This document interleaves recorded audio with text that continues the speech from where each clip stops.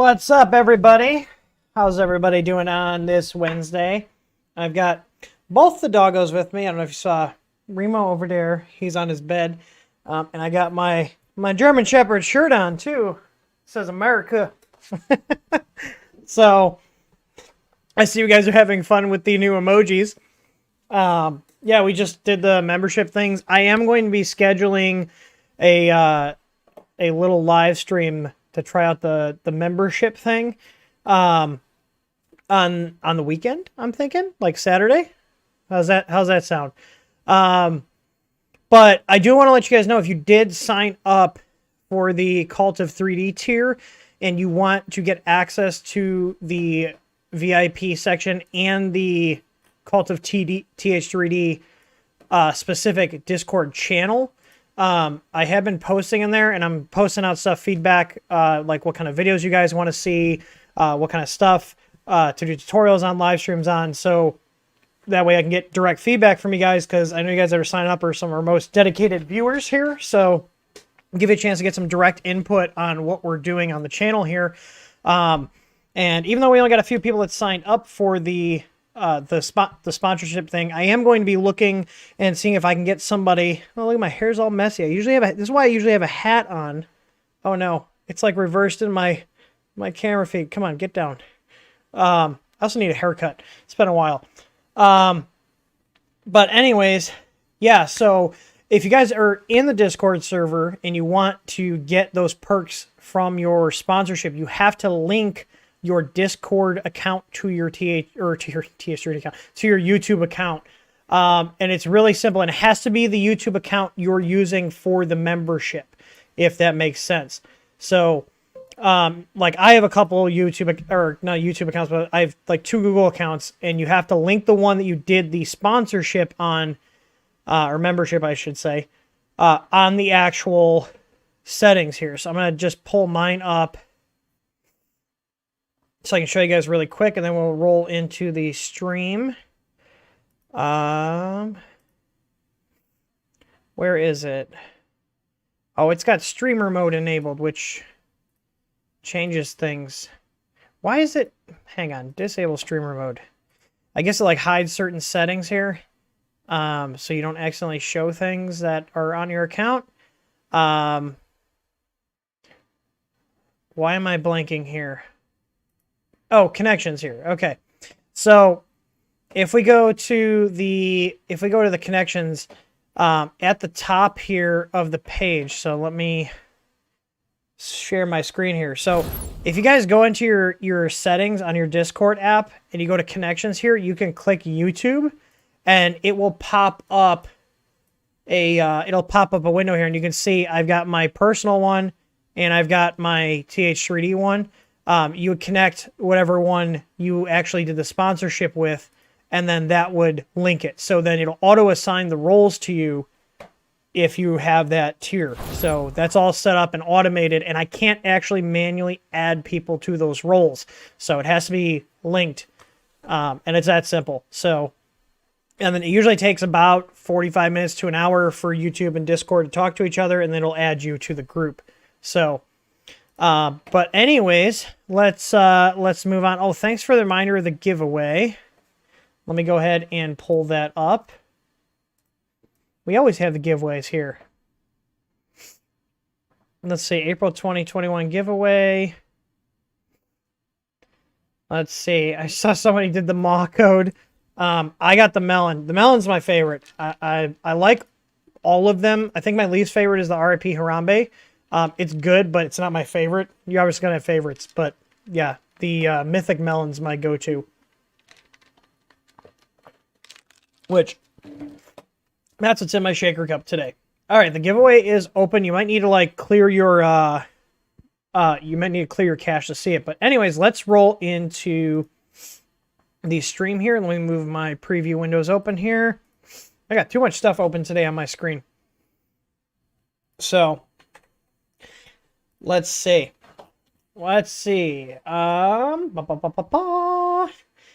The next chat here.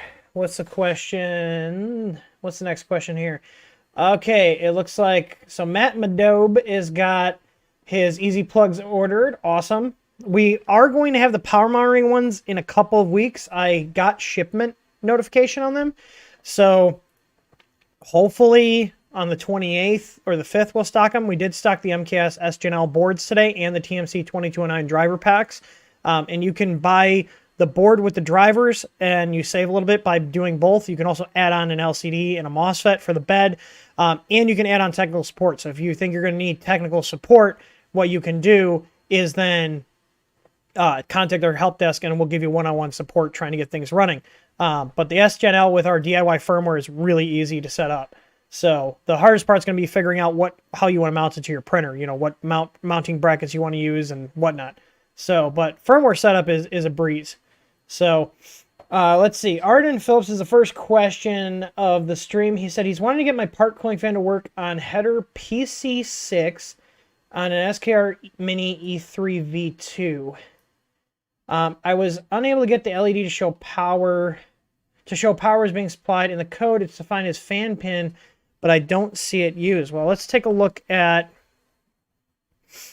the Marlin source code and see where. Let me open up a new window here. Oh no, I accidentally closed. Oh, that's fine. Live chat's still up, so let's go here and take a look at the Marlin source codes on their GitHub and see what that fan pin is defined as. So let's see here. So we're going to go through pins. We're going to do that's STM32F1 and E3-2. This will import from right here, the E3 common. So it looks like their fan 1 pin is on PC7. And let's go back to the common pins and let's see, you said PC6. So, okay, if defined, SKR E3, Mini E3 V2, fan pin PC6. So it's already pre-set up, so all you should have to do is flash the firmware and it will designate that as a fan pin by default. So you have here, this code here, just explain what this is doing, because this pins file, because those board versions share so many different pin files, what Marlin will do is they'll make a common file, you'll see here, and then any specific pin changes per board version are done in the actual board version file. So, and you can see there, if we step through it, you can see like the EEPROM settings, there's the include for the common, and then these are all the pins that are specific and other settings to the actual version of this board. But looking at this, like I said, if we just search PC6, we can see here PC6 is already defined as a fan pin. And if you make sure that you have the correct board defined in Marlin, so if you have the Mini E3 V2 defined, this is going to automatically set that fan pin. And fan pin is your layer fan. So that would be the controllable fan that cools your plastic coming out of the hot end. Let's see, does my little giveaway thing work? There we go. I just posted it. So yeah, if this is not working, then it's probably a hardware issue and your board's probably defective. Or you shorted it out. I've seen a lot of people short their boards out, and it damages the MOSFET. So if we take a look here, let's just see, is there a way for me to filter image size? Here we go, extra large. Let's get a nice close-up of that board so we can take a look. So I believe their fan pins are right here, and you can determine that by, you see the little MOSFET there? Nice little MOSFET for a fan. I would look and see if there's any damage on these little guys here. I can't see the header names on this image. Is there like an overhead shot I can find? Yeah, let's see here. So fan 0 and fan 1. If we look at this, we got fan 0 and fan 1. Fan 0, this is going to be your layer fan. And then fan 1 is just an assignable one. You can use it for like a fan for your hot end fan, one that cools the board, etc. So in Marlin, there's features called e-auto fan, and there's also controller fan. So you could repurpose this. Like on our Easy board, we have 2 fan outputs as well, and we use the second one for a controller fan. So that's the one that actually cools the board, and that kicks on when the motors are engaged or MOSFET's on, that kind of stuff, when the board's actually being put under somewhat of a load. But I would check these little guys right here, because these usually are ones that you'll see like physical damage. And I have an example, because we do have an internal document Let's see here. I'm searching our wiki right now. Because I know we have an example of that because people have cracked their FETs. So because they shorted something out. So here we go. So this is from our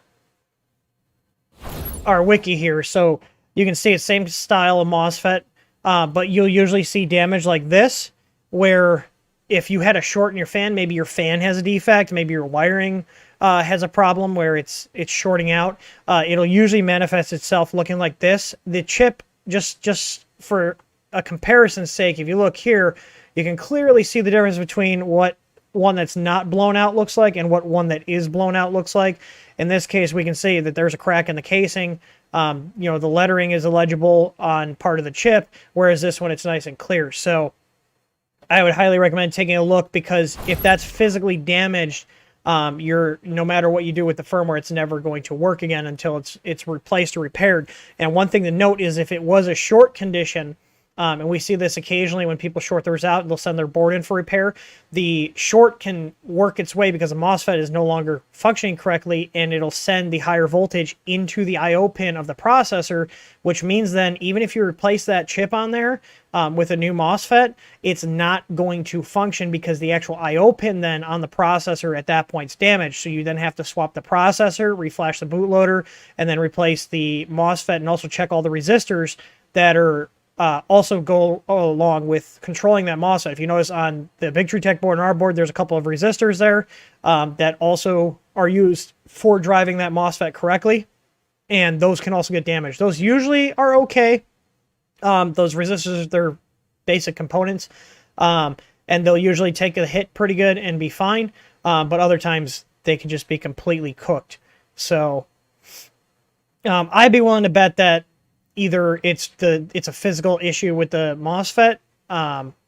It's really easy to tell if it's actually got a crack in it or some sort of defect or deformity on the actual casing of the chip. But yeah.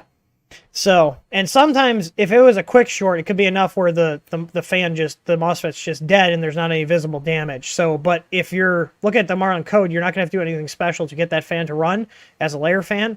So that would tell me if you're trying to control it manually, it's probably just a bad FET. So let's see what the next question is here. Practically everybody shout out. See, John was the first one. John Mack was the first one. Got TJ Dorman, Victor, James, Ram, Dean, Adam, Jonathan. Jonathan's enjoying the new emojis. Hell yeah. Do you guys like the little emojis? The little Claire and Remo emojis? But anyways, I answered Drew. Yeah, Drew, if you guys ever get a printed part that's damaged from us, one, if it's, a physical damage from the shipping carrier, let us know, because we will open a claim against them. But for printed parts, we'll usually just send you out a replacement, and then we'll take care of dealing with the claims. In general, with the claims, we've been trying to streamline that more, just because, especially if route's involved, because we have a good relationship with them, and we've been on their butts quite a bit to get things sped up. So, but yeah, in general, if you guys get something that's broken, make sure you save your packaging, especially if the package shows damage. Save packaging, take pictures of it, and send that in. So, George Mooney found the sock puppet emoji. Yep, I put that in there. I thought that was fun. We have a couple of these emojis in our Discord server too. Let's see. I know there was another question here. Jeffy Boy, are the PLA fumes toxic? As far as I know, they're not. But if you're sensitive, like if your respiratory system is really sensitive to any sort of particles in the air, it could make you cough. It could irritate you. I'm around PLA and ABS stuff all the time. It doesn't bother me, but I also have in our print farm and my office, I have HEPA filters that go down 2.1 microns. I think that's the correct word. PM1 is the term for it. Like PM, there's like PM1, PM2.5, and all these other ones. So it should capture most of that stuff. It's never a bad idea to have a filter in the area where you're actually doing work. Make sure you get something that's a decent HEPA filter. It also just helps keep the air cleaner in general. I have really bad allergies, especially like right now. I'll probably start getting more nasally, but the HEPA filters help out a lot with that. So let's see here. Matt Madoob. I say Madoob, but it's Dib. Maudib? Matt Maudib. I'm just going to call you Matt. I keep screwing that up every time I read it. He's asking, any resource available or advice for setting up the easy plug with Octoprint? There's a full video. In general, if you guys are watching, what you want to do is, if you get a product from us, and this is on the little card, I might have one on my desk. I do here. In the little baggie, you will get a card. Okay. You'll get a card. You'll get a sticker. There's one sticker. These are from returns. I take these because people send them back for some reason. You'll get a card, a sticker, and some candy. And this card is actually really nice because it has all of this information on it. So instead of us printing out all the manuals, which change frequently as we do software updates and make improvements, we keep everything on the Help Center. So if you see here, I'll put that back up there. You can see there, if you need help, you can contact us, and there's the URL to contact us. And you see at the bottom, they're looking for a manual or a download. Visit our Help Center by going to support.th3dstudio.com. So yeah, definitely look at this, but support.th3dstudio.com. That will take you directly to our Help Center, and the first section it takes you to is our product information section, and there's a easy plug section, easy Pi, easy ABL, easy board, and for the easy plug specifically, there's a link to the video that walks you through step by step how to set it up and get it talking with Octoprint. And there's also other guides there on like factory resetting the plug, different things if you're going to switch it over to regular Tasmodo. There's template files and stuff there. But everything that we have for resources is on the Help Center. So shout out to Zan. Zan joined the cult of TH3D. That was a play off of, I was trying to figure out what to call the higher tier. And everybody, if you guys are around the Voron people, they call it the cult of Voron. So I was like, I'm gonna call it that because that's funny. But anyways, I appreciate that. It gives me more, now that we have quite a few people, I think we got like 25 people signed up. Should be fun to have like a little low-key live stream with, everybody hanging out, and it's not going to be as chaotic as some of these ones where we have a ton of people. So let's see here. The next question is from Derek, and Derek joined up. I knew you were going to join up, Derek. I love you, man. He says, question today, for someone first printing high temp filament, what's better, ABS, and he's got in parentheses high quality, ABS plus or ASA? I use ABS. I actually have boxes of ABS, and this might be PLA, but yeah, this is PLA. But this is what we print with. I've got some other random brands that we have that we're finishing off, but I usually do the coax ABS. I don't mess with like the plus stuff. I have messed with ASA. ASA, the brand I got was Toner Plastics. Does that sound right? Or is it Push? It might be Push Plastics. I gotta look their logo because I can picture the roll in my head, and it's gonna bother me. Push Plastics, is that them? Yeah, it was Push Plastics. So ASA is, so ABS and ASA are kind of in the same camp. You need a high temp on your bed, so like 90 to 100 C. I run our ABS at 100 C. You need an enclosure. And you're going to want to run your hot end around like 240 to 245 C. So that's right where the temperatures start getting into the territory where your stock PTFE is going to degrade. So all of our machines that we do ABS on, aside from my custom enclosed one back there, all of our machines that we use to print ABS are actually Creality machines, a lot of Ender 3 Pros, and then I have an Ender 5 Plus in my office here. We use the stock hot ends on there. We just changed the tubing out for our tough tube.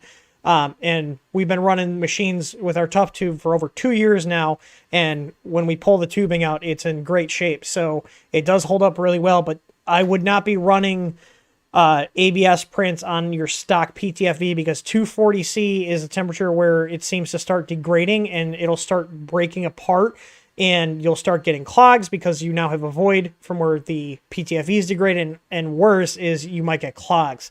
So, but anyways, oh, Matt joined. Thank you, Matt, and so did Ray. Thank you, sir. This will be fun. I'm going to schedule a weekend stream just for our members. That'd be fun. I figure out, maybe I can even tie in our Discord server. Hang on, back on track. I gotta close some of these windows so I stop getting distracted. Let me just close some of these out. I got like 10 different windows open right now. Nadav says he uses the card to level a bed. Yeah, that would actually be a good use of this. This is a really good thickness to level your bed with. I didn't even think of that. I've definitely used business cards to level the bed because it does give you, it'll put you a little bit higher, but in my opinion, that gives you a little more room for error, and then you can just adjust it. It'll get you really close there. So let's see what the next question is here. So, all right, I'm scrolling back up. Okay, I found Matt's. Oh wait, no, that wasn't Matt. That was Derek. Matt was responding to the ABS Plus. I actually haven't played with ABS Plus. Usually when you see filaments with like a plus in the name, they usually have additives to make them easier to print. Usually maybe a little more temp resistant or just higher quality. In my experience, we've only printed with the standard PLA from Coax and the standard ABS and haven't had issues with it. But ASA, I don't know if I mentioned this, but I'll just say it again. The benefit of ASA is that you treat it like ABS in terms of slicing, in terms of temperature. But ASA is supposed to be more UV resistant. So if you're printing something that's going outside, that's going to be in the sun, ASA would be a better selection over ABS just because it has better UV resistance properties. Now ABS will work outside, but it could fade quicker and it'll get more brittle over time versus ASA. So I actually printed ASA because my dad likes making custom outdoor lighting fixtures, and my brother Doug designed these parts to go onto the actual pipe and then hold the glass pieces that he makes. And we did those in ASA, 30% infill, 3 outer walls, and a 0.2 layer height. And then he will spray a coating on there. I don't know what he uses exactly, but he puts a coating on there, and then it smooths it out, and they look really nice. Like, unless you really, really look at it, you can't even tell that it's a 3D printed base for the light. So, but he's had some ASA lights out there that I printed for him when we were back in Illinois, which is over 2 years ago, and they're still doing just fine. And they're out in his front yard getting beat on by the sun. So, and they've gone through winters here, which are, I say here, we're in Indiana, but Illinois' winters are about the same. And it holds up really well. But the ABS stuff also holds up really well. One thing I will say is if you're going to be painting whatever the part is, so let's say, you're printing out something, a mount or something that's going to go outside. If you're painting it, you probably can get away with ABS because that paint's going to absorb a lot of the UV coming through. And if it's a dark enough paint and a thick enough paint, it's not going to penetrate through into the plastic. So that's another thing to keep in mind too. But ASA is only a little bit more expensive in my experience than ABS. So if you're going to do something outside and you want to do a high temp filament, I would say probably just go pick up the ASA. And then when you're looking up information on tuning your slicer and temperatures, just treat it like ABS. Because it prints just like ABS. It has the same kind of properties as ABS in terms of printing it.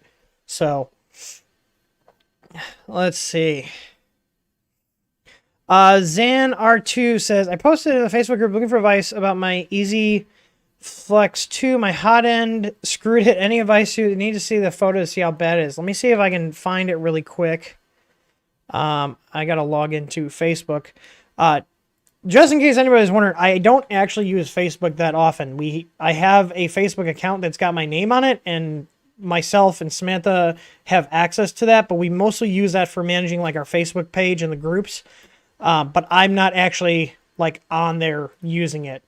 I think he, oh yeah, he tagged me. Okay, let's see here. Oh yeah, you got a little nozzle dude there. I'm not going to show your full name. I'm going to keep your privacy there.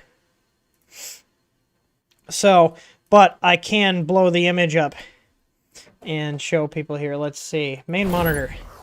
There we go. Yes, I've done this before on mine. So what you're seeing here, this is the divot on the PL or of the PEI, and this is like the adhesive here. I think so. The same thing I've done, because I don't like getting rid of the plates if they have like tiny little defects. I'll keep using them until they're really bad, just because I want to get the most life out of them. I'm trying to see if I can find this. Here we go. So on the TH3D channel here. Oh no, there we go. That's our old intro. On the TH3D channel here, we actually have, this is a video I did on the easy mats, but this would be the same thing to try to extend it. So if you got some glue stick laying around, what you do is you'll go ahead and I'll sand it down a little bit if it's kind of got edges sticking up. And then you're just going to take the glue stick and work it into that hole and then let it dry. I usually do 2 coatings of this, and then you leave it a little high, and then you can take the scraper once it's dry and just gently work around it and kind of smooth it out. So, and then that'll kind of even it out pretty good. So you can then just print over that. Obviously, then it's going to be printing on the, printing on top of the glue stick in that area, but it's not going to be that noticeable on your prints. So you can see here, like this was on Bertha, which I still have this printer. It's up there. I don't have the Easy Mat on it anymore. That was on the glass, so that broke when we were moving. But I got the Easy Flex on there now. But yeah, it'll give you a chance to just extend the life of the plate. You don't have to, especially for something that small, you don't have to replace the whole sheet. It'd be kind of a waste, to be honest, to just, you know, get rid of it over that small of a little indentation. If you also figure out what coordinates it's at, you could also just not print in that area too. So I've also done that too. Like I had one where I set my Z offset too low on my AM8 and just had a nice track in the bed. And I caught it enough to where it's just a little track in there and just printed away from it. So let's see. Let's go back into chat here. Andres says he dug his nozzle into PEI sheet, let a bit and left a line mark close to the center. So far it doesn't seem to affect the prints. They're going to fix that so there's no line. So you can do kind of the same thing I just talked about.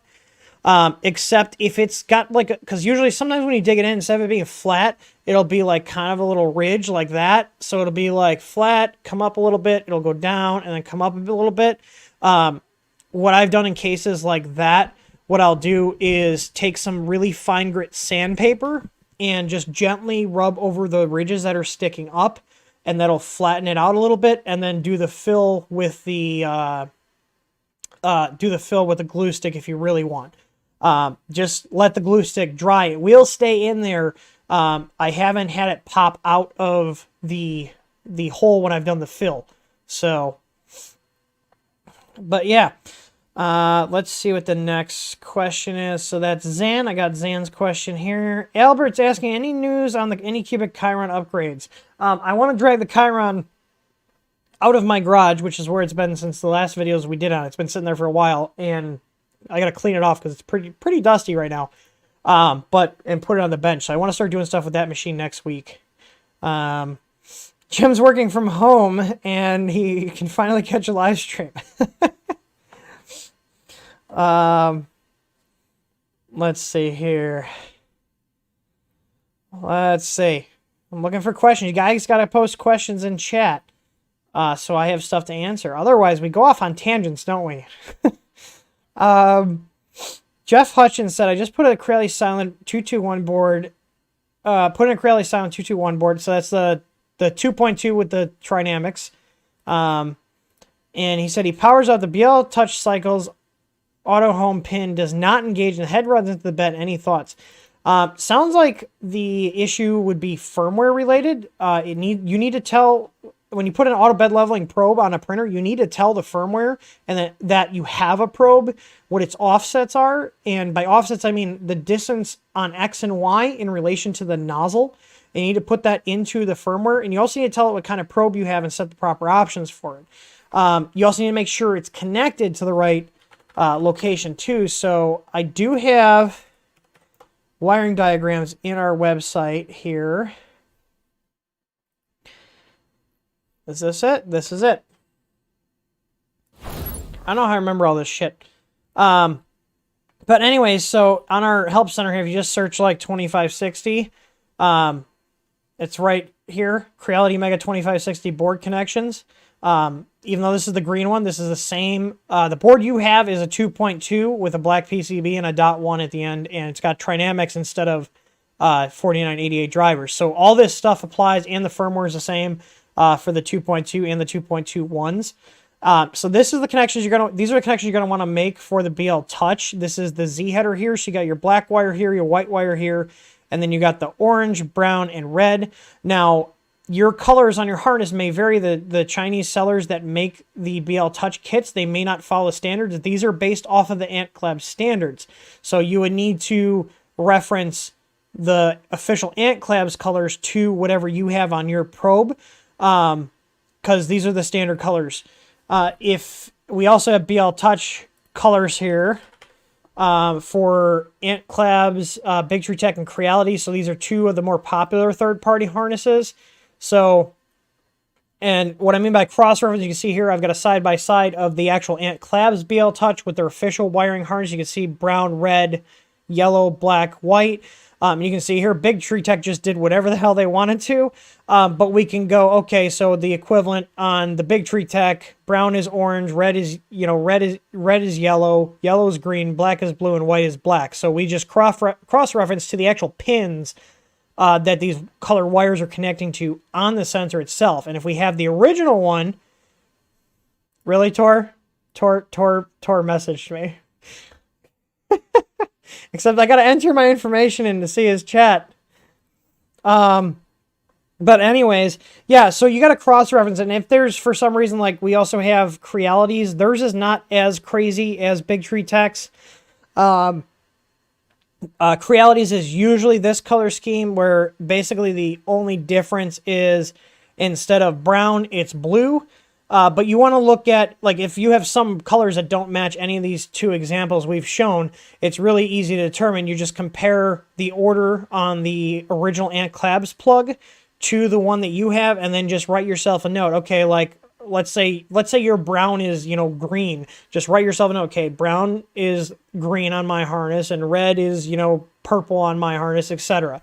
So you just have to cross-reference that and then make the proper connections. So, like I said, in our help center, it's not just about products in here. I feel like not many people know that. So, like, the first landing page is our products here, just to make support for our customers easier. But if you look on our knowledge base, or I call it knowledge base. We call it the help center, but it's also technically a knowledge base. There's more than just our product information on here. We've got our firmware downloads. We've got just STL files that we host on here, printer drivers, programs here.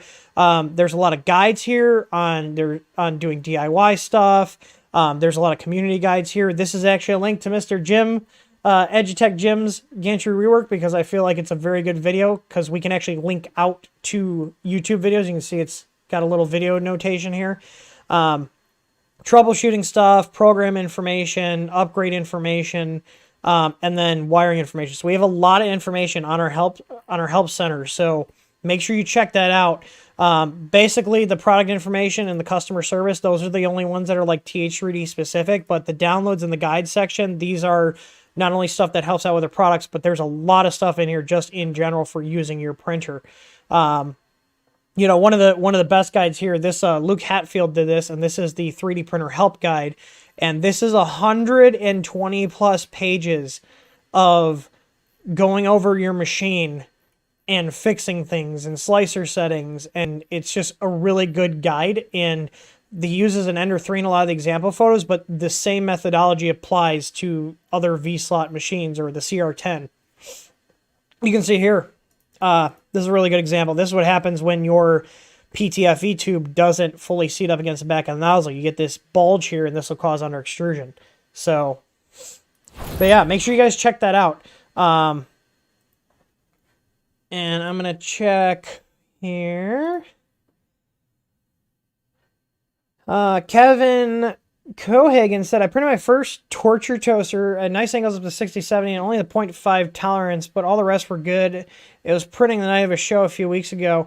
Yeah, it sounds like you might need a little bit better cooling. I don't know if you're using the stock cooling setup. I use most of my machines have aftermarket cooling setups on them.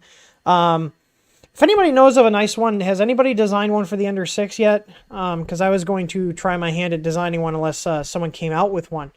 So, and yeah, the Ender 6 has been decent. I've been really liking that machine after I changed the screen and put our Easy ABL in there. It's been a really decent machine. I think I'm on roll 6 now of it. So, and I haven't had it for that long. In terms of actually using, I think it's been like 2-3 weeks. Whenever the video was, we did a live stream of working on it. After that, it went into my personal farm here. So we technically have 2 print farms here. I have mine in my office here, which I do use to do jobs for customer jobs and products. And then we also have our big one out in the shop too. So let's see.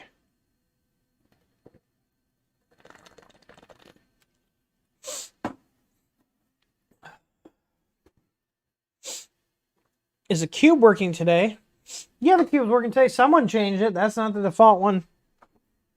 I saw it fire the event. That should all be working. But, let's see. I think I can fire my own event. Cube. I know there's a couple second delay with Nightbot. Someone must have changed it. Oh, you know what? That might be the default one. I wonder if my infrared blaster is not reporting. Hang on, let me see here. Cube mode set. Oh no, my infrared blaster is not reporting.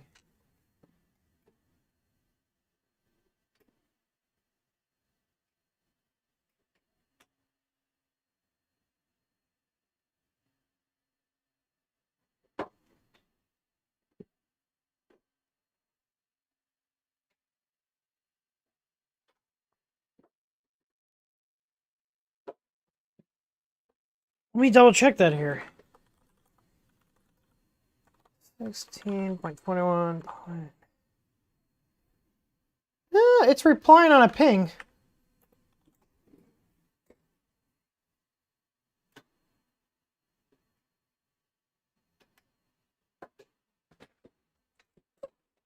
Let's see. I'm willing to bet it's yeah, let's see here. I did not realize that. Yeah, that's the standard pattern it does.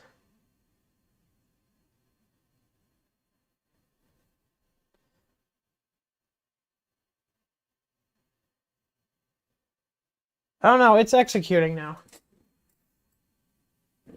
It took a sec here.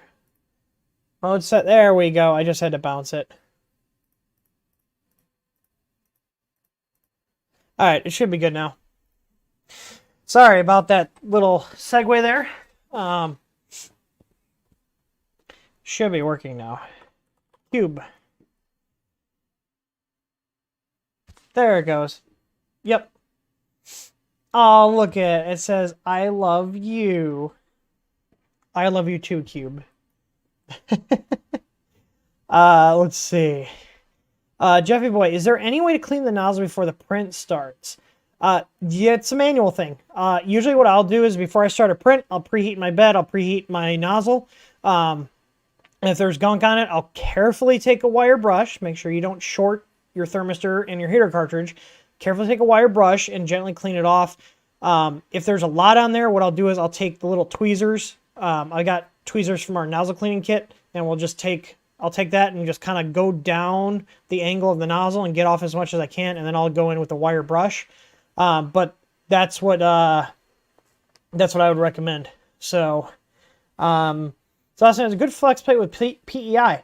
I have a thing for you. We have our Easy Flex. We have the textured and the smooth plates. So depending on what surface finish you want, I have both. I can show them to you.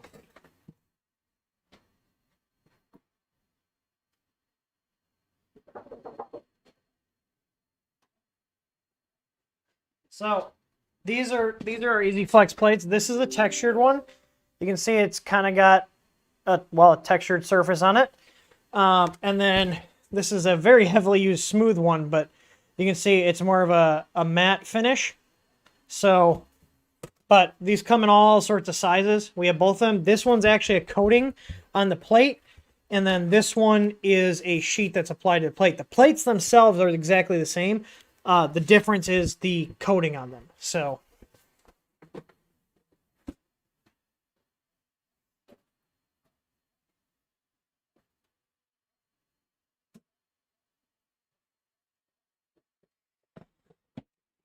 let's see here. No, I don't plan on doing a Voron. I don't have like 12 hours of spare time to do that. We did actually talk about seeing if we can source parts for kits, but again, the level of involvement with that machine, I don't want to be dealing with people buying a kit from us and then expecting us to help them build the entire printer. We'd have to price it so high it wouldn't even be worth it because no one would buy it. Let's see here.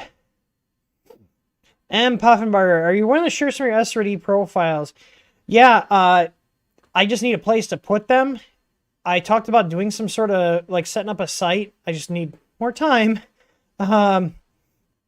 Need more time to do that, but yeah, I wouldn't mind. I can save my factory file, actually, because I know you're in the Discord server here.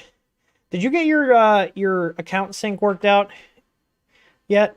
But I'll upload one of my factory files, which then you can go into each process and export the profile to export the process setting to a profile. So, but let's see here. Does Dingo work or is it Treat? I haven't set anything up. Do you guys know of a... I'd prefer to build something. Do you guys know of a treat dispenser project out there? Like on Thingiverse or something? So, let's see here. I'm going back up. Chat jumped on me. I'm scrolling back up. All right. I think we're back to where we were. Can an extraction, I'm assuming you mean extrusion, can an extrusion problem, namely uneven wall, be caused by a faulty stepper motor or bad hot end, aka incorrect temp reading? I changed the nozzle, I changed the tube, the nozzle, new extruder, double check my slicer setting already. I'm assuming is it like wavy or is it like wiggly? Like, do you know what I mean? Like, is it a surface finish or is it physically moving bad? Thanks, Mark. Oh, I'm glad you like it. I grew it myself. It's looking very gingery, though, right now, which is surprising. I guess it's the Irish in me showing. I was looking to see if Ed 1011 said has any more info on his extrusion problem. I would change the stepper motor and see. I would also check to see if it's actually feeding correctly. You can also, if you have a thermocouple, if you think your temperature reading might be off, you can put a thermocouple on the block, tell it to heat, and see what the screen says it's at versus what your thermocouple is reading. Now, the thermocouple will probably be a couple degrees off when it's reading just because it's not in the block, but it'll get you close enough to see if it is close to the right temp, because if your temperature reading is too high, it can actually overheat the filament and kind of cook it. And if it's too low, then you could get uneven and inconsistent extrusion because the plastic isn't flowing smooth enough. Hard to troubleshoot, but yeah, check out we have our Discord server, and there's a multitude of different channels for just getting help with your printer. And you can post pictures and stuff. Let's Let's see. He said E-step had been reconfigured. Look, if you look from the side, if you look from sideways, top to the bottom, it's wavy. Is it a surface finish, or is it physically like moved in and out? Because a surface finish, the only time I encountered that was on our Prusa MK3, and we ended up switching that to a Bondtech setup, and that went away. I don't know if it was just the design of the stock extruder or if it was an issue with their drivers. It's a fairly common problem with those, but could be a stepper motor problem. I mean, a stepper motor, here's a really simple way. Just take a stepper motor from your X. You set the Ender 3. You can swap your X and your E, see if the problem goes away, or if it shows up differently, and check that out. If it's an Ender 3, they were known to have salmon skin issues. That might be what you're saying. If you could post a picture in the Livestreams channel, on our Discord, there's a link in the video description. There's a channel called Livestream, so YouTube won't let you post links or share pictures, but you can post it in there, and I have it open on my other screen here. So if you can send me a picture there before the stream's over, we got about 10-15 minutes here, then what I can give you more input on it. So while I'm waiting for that, I'm going to see if there's any other questions here. And I'll make sure you guys join the Discord server, because I'm going to be posting and trying to coordinate with everybody, see what time a stream this weekend would be good for you guys that joined up. It'd be nice to have fun. Maybe we won't even do a stream. Maybe I'll just send out, we'll have like a little Teams meeting, and you guys can join up and we can all chat and stuff. It'd be fun. I was thinking about doing stuff like that, not just like the live streams on YouTube that are members only, but like here's a meeting. I'm going to be here at 5 o'clock. I'll be in here for a couple hours. Come and hang out, ask questions, and shoot the shit kind of thing. I feel like that'd be fun. So, Tommy O, dog dispenser treat by water mix, March 19th, 2019. Okay, I'm gonna see if I can find that. I think I got it. Let's see, a couple other questions here. Kevin Cohagen, is there an advantage for using the office-side binder clips, saying, I'm not sure what you mean, saying each other corner versus the standard from NE3V2? The Creality bed clips the top and the bottom. So far, standard clips working okay for me. I prefer, if you're going to use a glass-type bed, I would prefer what Creality does with theirs, where they have those ones that kind of swing in, and then you kind of like angle the plate in and swing the front ones in, because those stay out of the way. I have not used binder clips on a printer in almost 2 years now, I want to say. Like maybe not quite 2 years, but almost 2 years. So yeah, I would definitely recommend keeping those stock ones. I use our EasyFlex system on all of our machines, so it's just easier, no pun intended. But I would stick with the stock ones. If you're happy with the glass, stick with it. Use what works for you. You don't have to buy stuff just because I'm talking about it. Some people like glass better than flex plates. But let's see what else here. I want to say superconductor. I think that's intentional here. But superconductor, can a spring steel build surface with just clips, or do you have to use a magnet? So yes and no. Yes, it's possible to use it. The problem is, as you heat it, that steel and stuff is going to contract. It can sometimes want to like curl up a little bit, versus the magnet holds it flat completely. You can do it, but I wouldn't recommend it. Does that make sense? I have clipped flex plates before like the magnets were readily available, but highly recommend using the magnets. So, and one thing I will mention is we're talking about magnets and flex plates. Now you do have like printers that come with them. A lot of the printers are coming with magnet stock. The thing is, on most of the printers, unless it specifically says it's rated for high temp, like Creality uses really cheap magnets, those are only feasibly good up to about 60C. Once you start going up to like 80, 90, and even 100C for like ABS and PET-G temperatures, that magnet strength is going to start fading. And even with PLA at like 5060C, if you do a large print on their little floppy magnetic surface, or if you buy a flex plate and put it on top of that, it's going to pull up because those magnets just aren't that good of quality. Now, they're better than the glass. I prefer those over the glass, but I usually end up replacing those with our Easy Flex system. So, let me see here. I just wanted to give shout outs here to the people who just joined. This will be a fun weekend. I'm definitely doing a stream this weekend with you guys. So make sure you join the Discord. I'm just curious. I'll do a little... What would you guys prefer? A, like, hangout where we can all join in, like, through, like, a Teams conference? Because we use Microsoft Teams here. I've got licenses for that, so I can just post a link and a bunch of people can join. Or do you guys prefer, you know, a chat stream on YouTube here? So, but let me go through here. So Kevin joined up. Skogs Shrimp and Stuff. I feel like it's a video game reference. Join. Gene Gamble. What's up, Gene? I haven't seen you in a while. I know you're on the streams, but I'm good. I'm sometimes good with names. I'm better with faces though, which makes YouTube harder for me because I'm terrible with names. But if I see someone's face, I recognize their face. But anyways, Lorenzo's asking, can I use the IPS 2.0 burner to update my Ender 5 Pro? What is an IPS 2.0 burner? What is that? I think I saw George. Yeah, George Moody, who's also part of our little TH3D cult here. I don't know what IPS burner is. He posted a Thingiverse link. Oh, it's the treat dispenser. Okay. Yeah, I'll show that. I'm going to look into that, but that looks like what I want to do. I'll probably change the camera it uses because it uses a Raspberry Cam and maybe use an ESP. I want a Wi-Fi connect. It's got to be Wi-Fi connected. So, let's see here.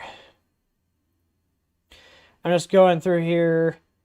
Matt is saying 3D Chan H has a good looking intercooler for the Ender 6, he said, but might be for the CR6 now I think of it. Yeah, those are two completely different, what's the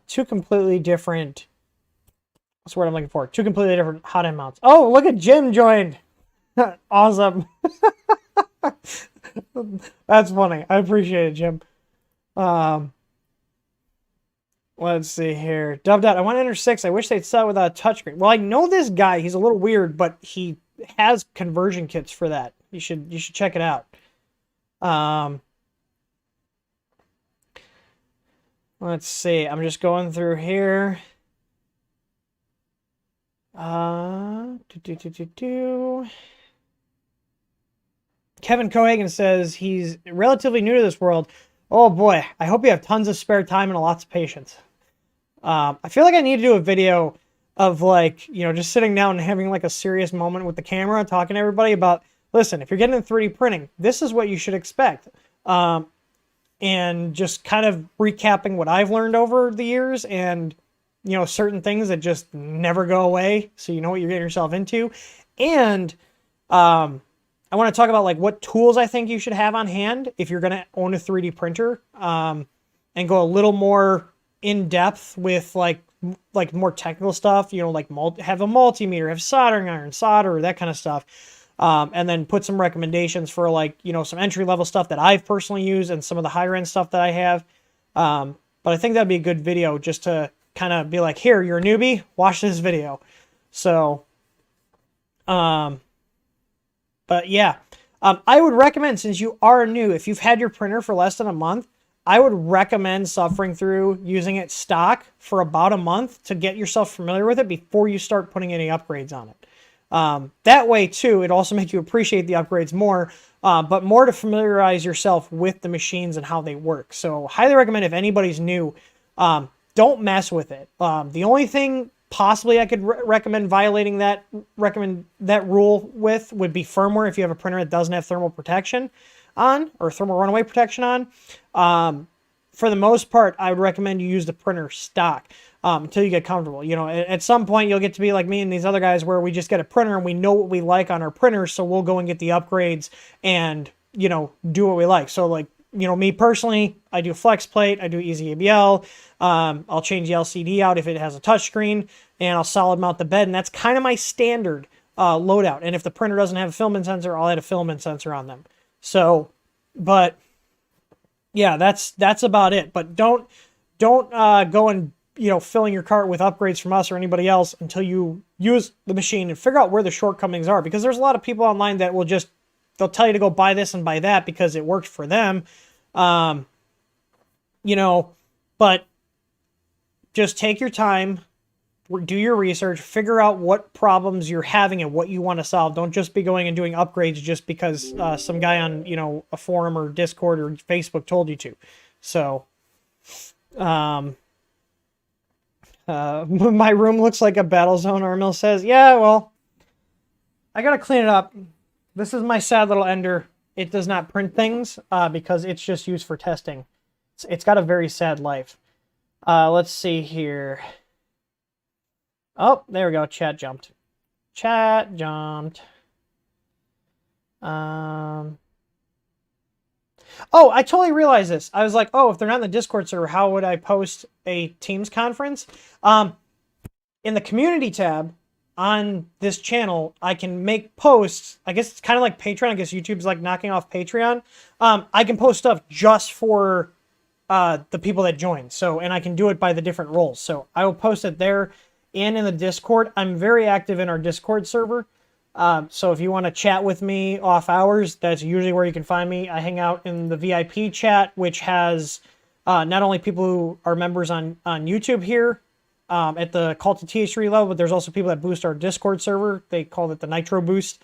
And there's also some people, we have a leveling system too, so you can get into the VIP section if you achieve a high enough level.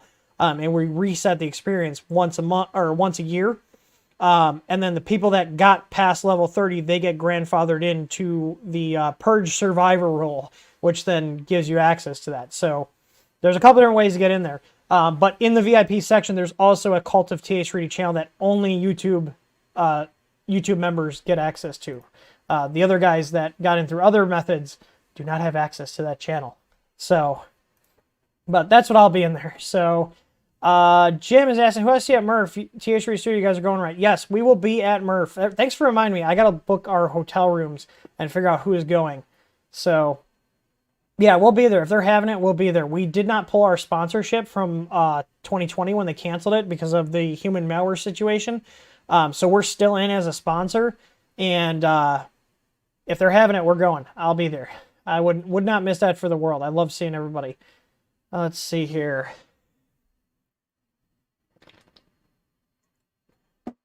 But anyways, yeah, and if you guys have any issues, you guys that signed up for the membership on here, if you guys have issues connecting your Discord account, let me know. I know MPuff was having some difficulty getting that, and I was gonna do a little remote session, see if I could help them sort it out really quick. So, but everybody else has been joining in pretty good. So, and it seemed to sync pretty quickly. So, but V Rich joined up, Ryan joined up, awesome. I hope you guys join the Discord. I will see you in there. Mark, stop sending me money, damn it. It's not necessary. Are you drunk? Or are you? I feel like I'm being flirted with. Maybe. Wouldn't be the first time. So I'm looking at you, John Mack. I love you too, Mark. I know you're in the Discord server. I'll see you in there. Let's see. Are there any more questions before I wrap this up? We're over the hour limit here, but I mean, to be fair, it started like 3 minutes late. So, anyways, I am taken. I am married. Sorry to burst your bubble. But let's see here. Okay. I'm just checking here. Kevin says that he got the BL Touch while installing. He found the stock extruder arm cracked in the common spot. Yes, the plastic extruders. If you guys are having weird issues with extrusion on your Creality machines and you have the plastic extruder, take the arm off. It's probably cracked. If you want a cheap drop-in replacement, meaning take the old one off, put this one on, no firmware changes, we sell an aluminum extruder that's the same design is acrylic, except it's made out of metal, so it's not going to crack on you. They're like 20 bucks. So I know we were getting low on stock on those. I have them on order. But I just want to mention that, you know, if you're just doing basic printing, the aluminum extruder is a really good upgrade. It's just going to last probably as long as the rest of the machine. So, well, the mechanical parts of the rest of the machine, like the extrusion stuff. But I'm just double checking here, and I'm going to see if there's any other members that chatted here and see if they asked any questions. And I'm going to start doing that. So when we start getting tight on time, I'll scroll through and see if there's any questions from people who are members here, and then I'll answer those. And if there's, you know, any time left, I'll go back and answer the other people's. But we are running low on time. I try to keep these to an hour. But yeah, let's see here.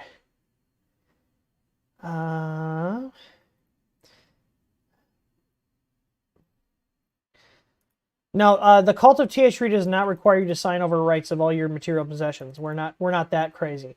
So it's more of a tongue-in-cheek kind of thing. I thought it was funny.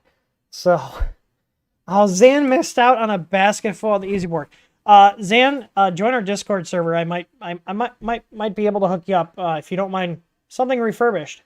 I mean, maybe these will go for more because I've personally touched them myself. Maybe just do a little autograph. But I've got a couple of refurbs. I don't have a ton, so don't be blowing up our support people asking. But I know you and I have talked about trying to get one, and I feel bad. So, anyways, is the TH3D called Kool-Aid some moss? Sure, why not? Anyways, Paul the Texan said he had a question about nozzles and Pet G, but Nemo beat you to the answer, so there. What the hell? Hang on, can I search chat? Paul the Texan. What's the best kind of nozzle for Pet G? Not size, type. Brass works fine, but the copper plated works better because Pet G likes to stick to things, and the plated nozzles, like our Easy Flow, they have much more resistance to plastic getting stuck to them, and they're easier to clean off. Think of kind of like a non-stick pan. You know, like cast iron works for cooking stuff in. I like cast iron, but just for the comparison's sake, you know, food likes to stick to cast iron because it's not really coated, unless you have a really good buildup on there from using it over the years and you don't don't mess up the seasoning on it. But in general, the plated type nozzles, whether they're from us, they typically have more resistance to things sticking to them. So they just make it easier to clean. So, but let's see here. But yeah, we have if you search Easy Flow on our site, one word, Easy, Flow, we have stock on those, and those are actually on sale to the end of the month. They're usually 15 bucks a nozzle. I think they're like 12 or 13 right now. I put those on there because we accidentally ordered too much. I was like, I'm going to put them on sale. And one last thing before I go. Speaking of sales, if you guys are ever like, what stuff is on discount right now?